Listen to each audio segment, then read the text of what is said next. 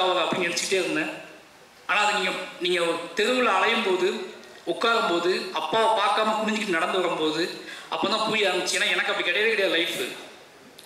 நான் ரொம்ப நிமிர்ந்து அலைஞ்ச பையன். ஒரு மாதிரி வீட்டுக்குள்ளே வேற மாதிரி இருப்பேன். வீட்டுக்குள்ளே வாழ்கிற அந்த மிடில் கிளாஸ் பசங்களோட மைண்ட் செட் இருக்குல்ல, அதை இப்போ இந்த படத்தில் தான் நான் ஃபஸ்ட் டைமாக லைவாக பார்க்குறேன். எனக்கு அப்படி இருந்ததே கிடையாது. எங்கள் வீடு திறந்தே கிடக்கும், வாசலும் கிடையாது, முன்பக்கம் கிடையாது, பின்பக்கம் கிடையாது. இப்படி அடைப்பட்ட வீட்டுக்குள்ளே எனக்கு ஒரு சீன் போகுது சார். அந்த வீட்டு ஓனர்கிட்ட பேசுகிற ஒரு சீன் போகுது. எனக்கு அது ரொம்ப ரொம்ப டிஸ்டர்ப் பண்ணிச்சு என்னைய. ஏன்னா ராம் சார் நானும் நிறைய ஓனர்கிட்ட அப்படி கஷ்டப்பட்டுருக்கோம். தூக்கிட்டு அலைஞ்சிக்கிட்டே இருப்போம். பில்டிங் தூக்கிட்டு ஒரு பாட்டு சத்தமாக வந்துச்சுன்னா மணல் காலும் கதவு தட்டிடுவாங்க. உங்கள் பாட்டு போடுறதுக்குலாம் நாங்கள் வீட்டை காலி பண்ணியிருக்கோம். ஓகேங்களா? அவர் செல்லாம் மூட பயங்கரமாகி சித்தார்த்து பாட்டு போடுறான்னு சொல்லிட்டு பெருசாக போட்டுவிட்டு சவுண்டு வச்சு விட்ருவாங்க. மறுநாள் காலை வந்து வீட்டை காலி பண்ணி சொல்லிடுவாங்க. இப்போ திங்ஸை தூக்கிட்டு வேறு வீட்டுக்கு போவோம்.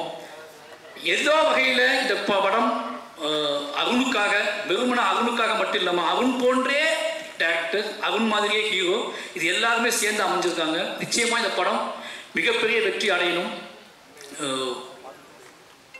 எப்படி குறிஞ்சி பூக்களை அது நம்பி குட்டி குட்டியாக இந்த மாதிரி விஷயங்களை நம்பி மக்களை நம்பி ஒருத்தர் உழைச்சி இவ்வளோ நாள் உழைச்சி அதை கொண்டு வந்து கொடுக்கறது முழுக்க முழுக்க மக்களை நம்பி மட்டும்தான்.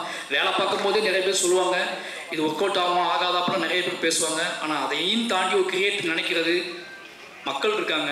மக்கள் ஏதோ உனக்கு இயங்குறாங்க, அவங்களுக்கு நம்ம அதை கொடுப்போம், அவங்க சொல்லட்டும் நம்பி தான் எடுக்கிறாங்க. அப்படி எடுக்கப்பட்ட படம் பிஹெச்கே. நிச்சயமாக இந்த மக்கள் கொண்டாடுவாங்க நம்புகிறேன். அப்படி ஒரு பெரிய வெற்றியில் உங்களை சந்திக்கிறேன். நன்றி.